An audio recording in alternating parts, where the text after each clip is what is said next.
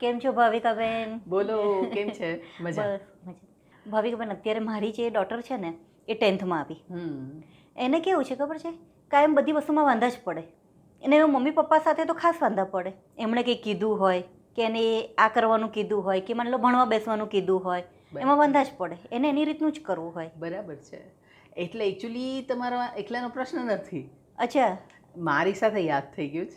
Okay. બંને દીકરા જ્યારે ભણતા 10th 12th બોર્ડમાં ને આવ્યા હતા ને, હા. ડગલે ને પગલે એમ જ લાગે છોકરાઓને સાંભળવું નથી, ગાંઠવું નથી, વાંધા જ પડ્યા કરે છે. હા. એટલે તમારી વાત સાચી છે, પણ એમાં બહુ મૂંઝાવા જેવું નથી. એવું? હા. કારણ કે જો એમાં 2-4 વસ્તુ છે. એક તો એનું કારણ શું કે પહેલાં આપણને એવું લાગતું કે એ લોકોને વાંધા વચકા પડતા નથી. હા. હવે ત્યારે કેવું હતું કે હવે એ બિચારા નાના, એટલે સામા જ થઈ શકે નહીં. પણ હજી પણ તો નાના જ છે ને. આપણને લાગે છે, પણ શરીરથી તમે કહેશો ને કે મારી દીકરી મારી જેટલી હાઈટ થઈ ગઈ, હા. તો શરીર મોટા થઈ ગયા છે, મોટા થઈ મગજ એ વધારે એટલું ચાલે જ છે. આપણને લાગે છે કે બાળક છે, અને તમને એ વસ્તુ કહું કે આપણને એવું લાગે જ ને કે એ બાળક છે, ત્યાં જ એને સૌથી વધારે વાંધો છે. સાચી વાત છે. કે એને એમ થાય કે હજી અમને આ જ રીતે ટ્રીટ કર્યા કરશો. બરાબર. આપણને પેરેન્ટ્સને કેવું હોય કે એમની ટીકા ટિપ્પણી છે, સલાહ સૂચન આપ્યા કરો, એને કંઈ આવડતું નથી એટલે ડગલે ને પગલે આ આમ કરને આ તેમ કરને જાત જાતનું આપણું ચાલુ છે. કીધા કરીએ. હા. અને એને વાંધા ક્યાં પડે? કહેવાનું નહીં. એમાં જ કે મને નથી ખબર પડતી. બરાબર છે. એટલે આપણને કેવું લાગે છે કે આપણી એક જવાબદારી છે.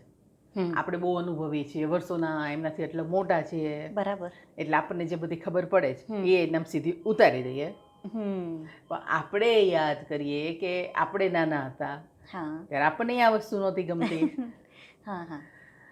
એટલે આવું થવાનું મુખ્ય કારણ એ છે કે કમ્યુનિકેશનમાં જે આ ડિફરન્સ પેદા થાય જ ને.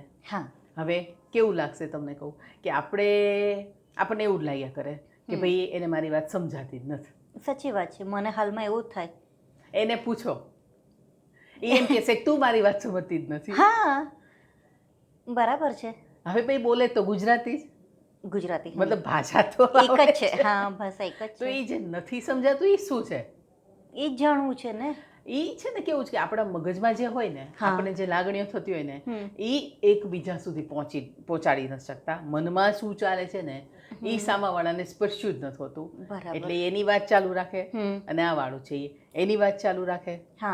એટલે આપણે અત્યારે જે એમ કે કોઈ પણ વાત હોય તો એને ભણવા બેસ ને વહેલા ઉઠ ને વહેલું પતાવી દે ને મોડે સુધી ઉજાગરા ના કર. હા, મોબાઈલ બહુ નહીં જો. મોબાઈલ ના જો. બેનપણીવાળા કે ભાઈ બંધ સાથે ટોલ ટપા આટલું ના કર, વાંચવામાં ધ્યાન આપ. તમે જોજો આપણી વાતોનો 90% કે આમ તો 95-98% વાતો એવી હશે કે જે એને કંઈક ને કંઈક સલાહ સૂચન આપવાની જ ભાષામાં હશે. સાચી વાત છે. આપણે કોઈ દી એની સાથે ફ્રેન્ડલી બેસીને એને સાંભળીએ જ. પણ એવો ટાઈમે હોવો જોઈએ ને. આપણને એમ થાય કે ના, એને હું શીખવાડી દઉં, બધું સમજાવી દઉં એટલે તરત જ બધું શીખી લે. એને આપણને કંઈક કેવું છે. હવે એ 2 વાક્ય શરૂ કરશે ને ત્યાં તો આપણે આમ અધીરા થઈ જશું અને એને સલાહ સૂચના આપવા માંડશું. એટલે એ શું નક્કી કરે કે મારે કંઈ મમ્મી યાર વાત કરવી જ નથી, એ તો કંઈ સાંભળતી જ નથી. એને કંઈક ખોલવું છે એનું હૃદયમાંથી કેવું છે. હવે કેવું થતું હોય છે, આ જે એકબીજાની વાતો નથી સમજતા ને એને કારણે શું થાય, છોકરા ધીમે ધીમે આગા જતા જાય. મા બાપની સાથે જરૂર પૂરતી જ વાત કરે. મોટા ભાગના મા બાપને એવું લાગે કે છોકરું 12-13 વર્ષનું થાય ને તેમ કે આ તો મારાથી દૂર થતું જાય છે, બગડી ગયું છે, એને મારી માટે લાગણી નથી રહી, એ મને ગાંઠતો નથી. એનું કારણ શું કે છોકરાઓ મા બાપથી અંતર રાખતા થઈ જાય, કામથી કામ છે એટલી જ વાત કરતા થઈ જાય. કેમ કે એને આ ઉંમરમાં એક ફ્રેન્ડલી ફીલથી જે વાતો કરવી જ ને તો સામે એ રીતે રિસ્પોન્સ નથી મળતો. હવે હું તમને એક દીકરાની એક વાત કરું.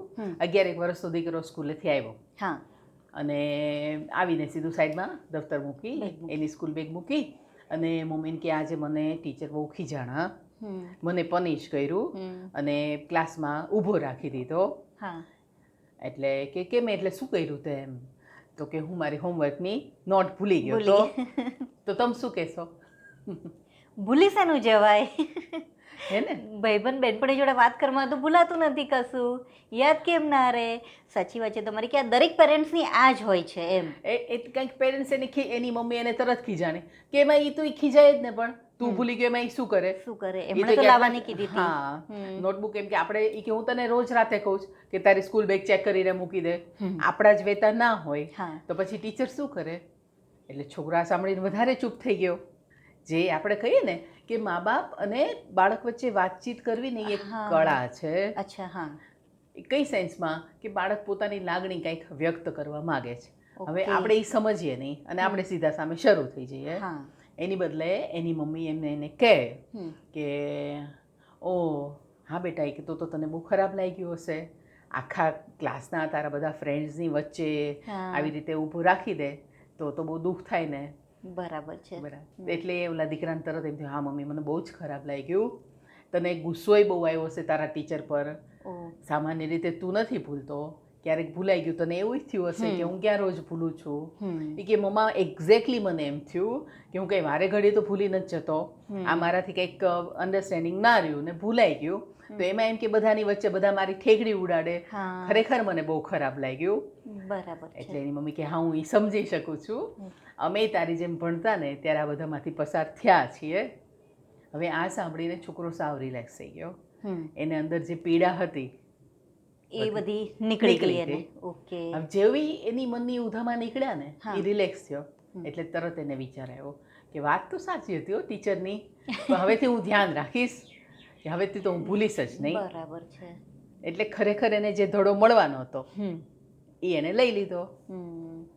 એટલે આપણે જે છોકરા કે બાળકને સાંભળ્યા વગર જ એને એકદમ રિએક્ટ કરીએ એ કોઈ પેરેન્ટ્સે નહીં કરવાનું, એને પહેલાં સાંભળવું પડે, સમજવું પડે. એકચ્યુઅલી સાંભળીએ તો છીએ આપણે એના શબ્દોને, એના મનની અંદર જે લાગણી ઊભી થાય ને એ નથી સાંભળતા. અને તમને એની ક્યાં વાત કરું, ચલો આપણે આપણી જ વાત કરી લે, બરાબર? મોટાની જ અંદર એમાં ખાસ કરીને ચલો એમ લે હસબન્ડ વાઈફની, તો મોટે ભાગે વાઈફ કહેશે કે એ મારી વાત સમજતો જ નથી. સાચી વાત. અને ઓલા એમ કહે છે કે આને મારી વાત સમજાતી જ નથી. હા.